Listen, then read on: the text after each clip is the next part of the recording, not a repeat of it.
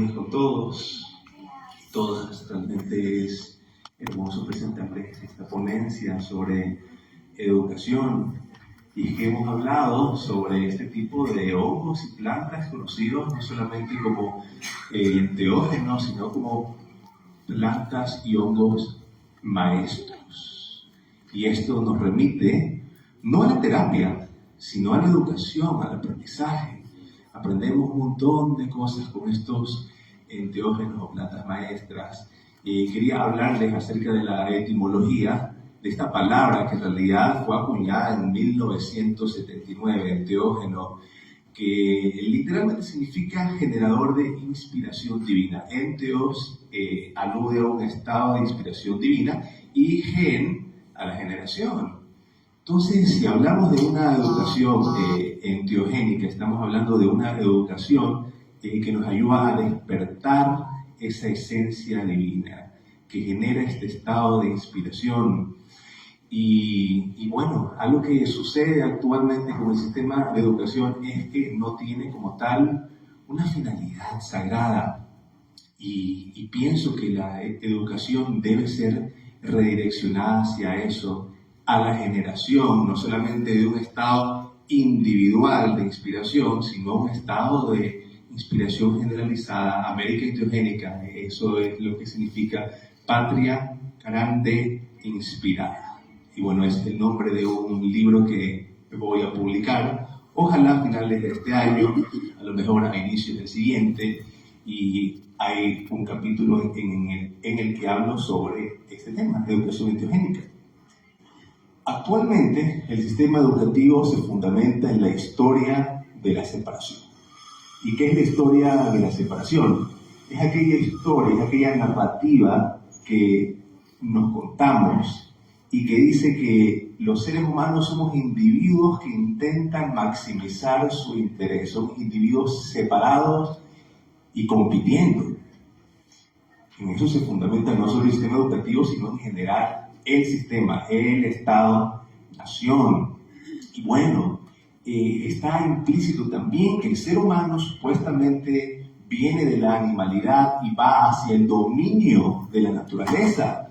Y no solo de la naturaleza, sino del cosmos. Y el ser humano intenta escapar de la muerte. Y esto puede parecer algo utópico y extraño.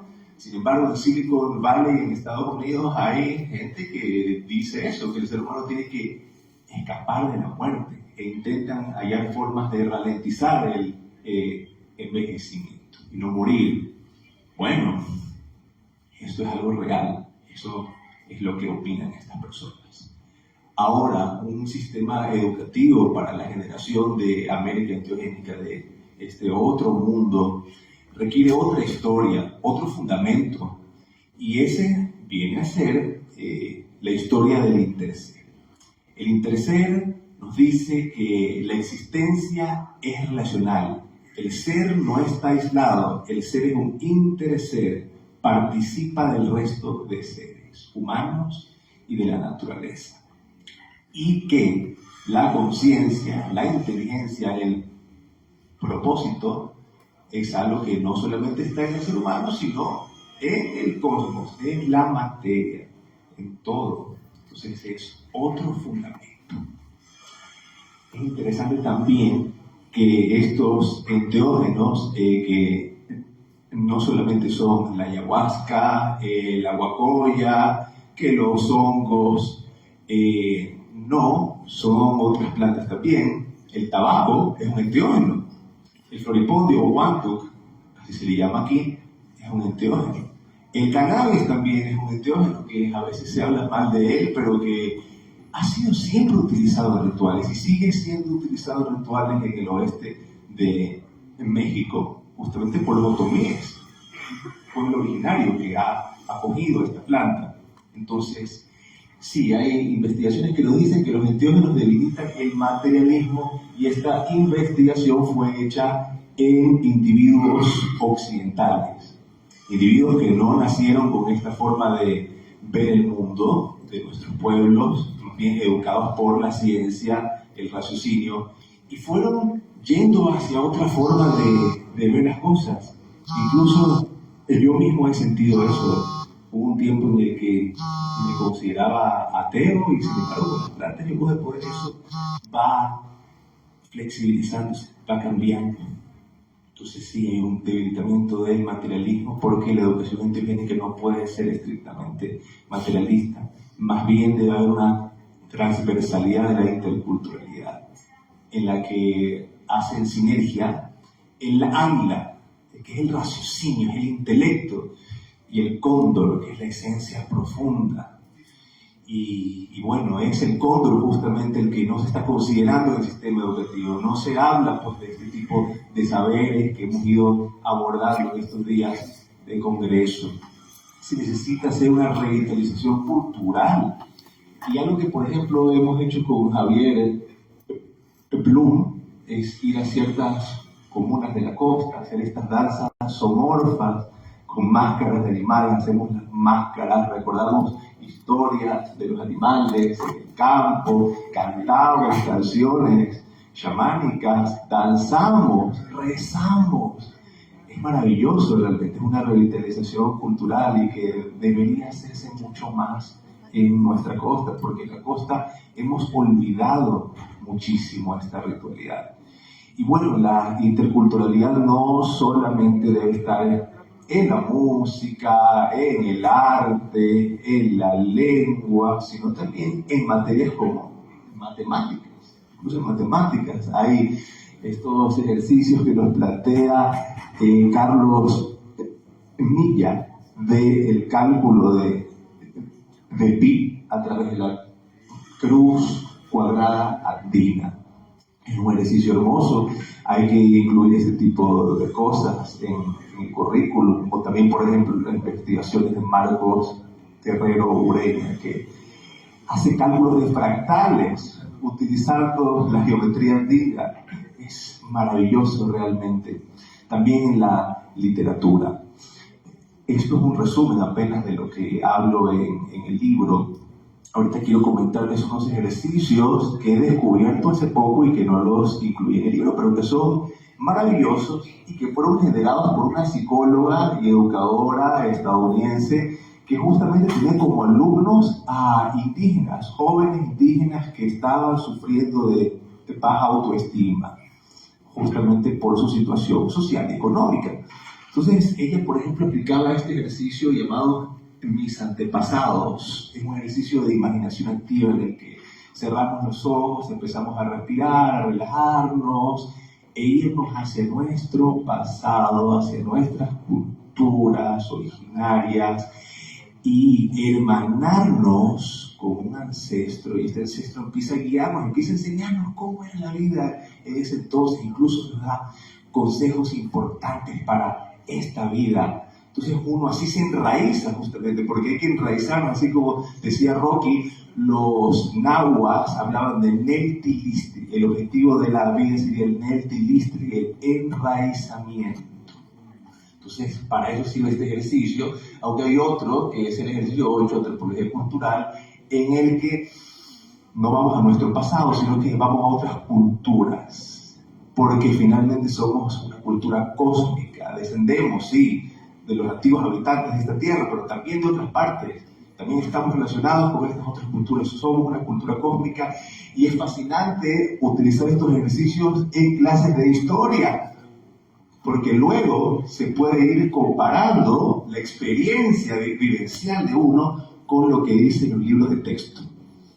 Y eso es lo que también se hace, por ejemplo, cuando uno consume las plantas de poder, que uno tiene, qué sé yo, visiones de la cultura jamacuaque y dices, wow, sí, mi cultura, mi abuelo viene de ahí, de Manabí. Y uno lee después los libros de arqueología y se da cuenta de que sí hay una relación ahí. Este ejercicio, llevarlo a la educación, es algo fantástico. E incluso este otro ejercicio, que es ensayo de habilidades como un maestro, es fantástico. Porque, por ejemplo, si el niño tiene dificultades con la física o las matemáticas, tiene la oportunidad de relajarse, irse al fondo de la tierra y hallar ahí un maestro que empieza a enseñarle, empieza a darle confianza. Yo, por ejemplo, visualicé a Jorge Luis Borges. Entonces empezó a fortalecerme para no tenerle temor a hacer estas presentaciones académicas. Agradezco por 45 minutos. Sí voy a alcanzar. Aquí quería enseñarles este cuadro que es de Pablo Amaringo, que es un vegetalista ayahuasquero de Perú. Él representaba sus visiones de ayahuasca en cuadros maravillosos realmente. Y él nos cuenta cosas como que, por ejemplo, esa hada que está encerrada ahí en rojo le enseñó a cantar icaros con exactitud, a cantar con exactitud. Entonces, este ejercicio de ir y recibir la guía de maestros no es un invento de esta señora educadora, sino que es algo muy antiguo y se puede llevar a la educación, y es una práctica también para en el futuro navegar de manera más inteligente estados no ordinarios de conciencia. Hermosa práctica, es educación enteogénica. Útil también, porque sí se mejora en matemáticas con esto, sí es verdad. Hay investigaciones, qué lástima que no se aplique aún, qué ceguera de nuestras autoridades. Voy a terminar hablándoles un poco del rol de las sociedades psicodélicas en la educación enteogénica. Es que, bueno, somos representantes de Sociedad Psicodélica de Ecuador. Las sociedades psicodélicas no están solo en nuestro país, están en muchos otros lugares del mundo, en Uruguay, en Colombia, en Perú, en Chile, en Australia, en algunos estados de Estados Unidos, en Francia, etcétera, etcétera. Y bueno, el objetivo de estas sociedades es servir a la comunidad local, sobre todo con eventos educativos. Y recordemos la etimología de educación. Educación viene de educare. Educare significa orientar, alimentar, y educere significa salir, dar a luz, salir a la luz. Entonces, educar no es simplemente ofrecer un currículum, no es simplemente aprender algo de memoria, es sacar a la luz la potencialidad que tenemos, los dones que tenemos, y también cuestiones reprimidas que tenemos. Eso es educación fundamentalmente, no es solamente terapia, es educación. Y por ejemplo, en estos círculos que ofrece la sociedad psicodélica, en los que las personas se reúnen, hablan de sus experiencias con las plantas de poder, que sí, que se me apareció el hada, que sí, que apareció el apu, vamos racionalizando eso también, es importante racionalizarlo, vamos entendiendo que no somos los únicos, que no es algo tan extraño finalmente, y es algo educativo. Uno se siente seguro también, ¿no? Porque uno dice, sí, me sentí vulnerable, me sentí ansioso, y los otros también, y alguien va y te anima. Entonces es muy sanador y muy educativo estos círculos de compartir psicodélicos. No se comparte la sustancia, se comparte la vivencia. Y bueno, nosotros hemos inventado otros círculos en los que se comparten historias, mitos ancestrales, y vamos razonando sobre eso, enraizándonos en ellos también, ¿no? Viendo cómo se relaciona con nuestra vida, animándonos para proyectos de vida. Sí, es el círculo alfa. Y el círculo teta es para sanar heridas intergeneracionales, socioculturales, que vienen de nuestros ancestros, y también para conectar con los dones que vienen de ellos. Ambas cosas, sanar las heridas que vienen de nuestros ancestros y reconocer y acoger sus dones. Para eso es ese círculo. Muy bien, voy a ir acabando. Me gustaría invitar a los organizadores de este congreso a conocer esta revista que estamos sacando desde la Federación Iberoamericana de Psicodélicos y Enteógenos, la revista MINCA. Justamente uno de los tipos de artículos que recibe MINCA son resúmenes, reseñas de conferencias y congresos. Entonces, un resumen de este congreso perfectamente se podría publicar en la revista MINCA, que sirve para eso, para dar voces, espacio a voces que no han sido consideradas por la academia. Entonces, sería maravilloso que salga ahí ese artículo. Ahí están nuestros logos, Sociedad Psicodélica de Ecuador, el Instagram, y es la FIPE, la Federación Iberoamericana de Psicodélicos y Enteógenos. También síganos. Los invito. Muchas gracias por su atención. Espero que hayan disfrutado esta charla. Y aún no aplausos porque pueden haber preguntas. Pues si alguien tiene una pregunta, yo encantado de responder. Si algo no quedó claro, lo podemos repasar. Y si ya, sí. ¿Cómo fue un poco tu experiencia para llegar a vincularte con esta forma de trabajo? Yo creo que es una larga historia. Uno se decepciona de la religión, ¿no?, en la que uno crece. Y a veces uno, la forma de reaccionar ante eso es deslindarse de todo, ¿no? De la religión, de lo espiritual, ir al materialismo. Pero como que algo falta, uno siente que algo falta. Entonces descubrí, casi, no podría decir que por casualidad, pero así se sintió al inicio tal vez, este mundo de las plantas de poder. Y la primera ceremonia que tuve fue con el San Pedro y dije, wow, de verdad, esto es como el paraíso, no entiendo por qué se llama San Pedro.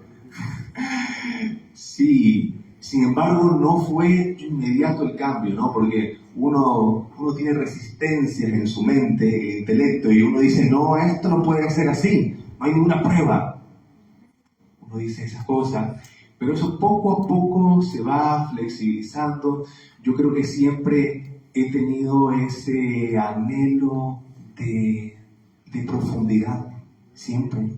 Entonces fui profundizando, fui haciendo este ejercicio que comentaba, ¿no? De ver cosas, leer, ver cosas, leer, así como que haciendo un nexo entre el raciocinio, la lectura, el estudio y la experiencia que nos brindan nuestras plantas y el aprendizaje de otra forma de ver las cosas y ya no estar tan cegados por los parámetros de la ciencia.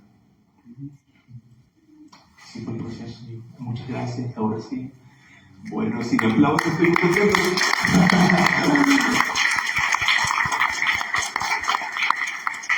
Aunque alguien tiene una última pregunta, si hay tiempo, ¿sí? ¿De qué manera se puede introducir este tipo de prácticas en educación?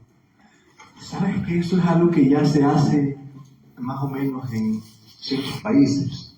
Por ejemplo, en Suecia, en Portugal, incluso en ciertas escuelas de Argentina y Perú, al inicio del día, se reúnen los padres, los maestros, los alumnos y comparten un minuto de meditación.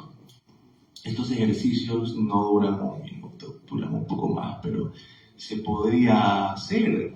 Y definitivamente requeriría una capacitación a los maestros en historia, por ejemplo, porque la historia es una cosa tan repetitiva, pero que nos podría servir para enraizarnos. Entonces, dar esta capacitación a la gente, abrir un espacio pequeño para esto, me parece fundamental. Sí, se integran ese tipo de ejercicios a las materias, no solamente en historia, también hay otros ejercicios, por ejemplo, para medicina, meditación frente a la muerte. Ayer hablábamos, ¿no?, de esta insensibilidad de la medicina occidental, pero uno tiene que estar bien conectado con la muerte porque uno recibe pacientes que están a punto de morir y uno no puede ser insensible frente a eso. Entonces, ese tipo de ejercicios son útiles en muchos ámbitos. Esto es algo que requiere integralidad también, entender que la música, los cantos que uno aprende se pueden utilizar durante la siembra del huerto, ir al huerto escolar y cantar las antiguas canciones Shuar, cantar el Hawaii que se cantó ayer, ¿no? Porque este Hawaii es una canción de agricultura, donde la gente se reunía, me parece que a cosechar o a sembrar, pero se puede integrar todo esto de una forma inteligente, de una forma integral. A eso apuntamos, pero se necesita capacitación, se necesita humildad y voluntad de cambio. Hasta eso, bueno, nos tocará a nosotros desde afuera. Ariluma, pues, ayer comentaba que él fue ayudando a organizar el Inti Raymi en la Universidad de Quito, sin ser docente en esta Universidad de Quito. Entonces, así tocará ir haciéndolo hasta que el sistema educativo se abra y esto sea algo mucho más generalizado. Y bueno, ahora sí, muchas gracias.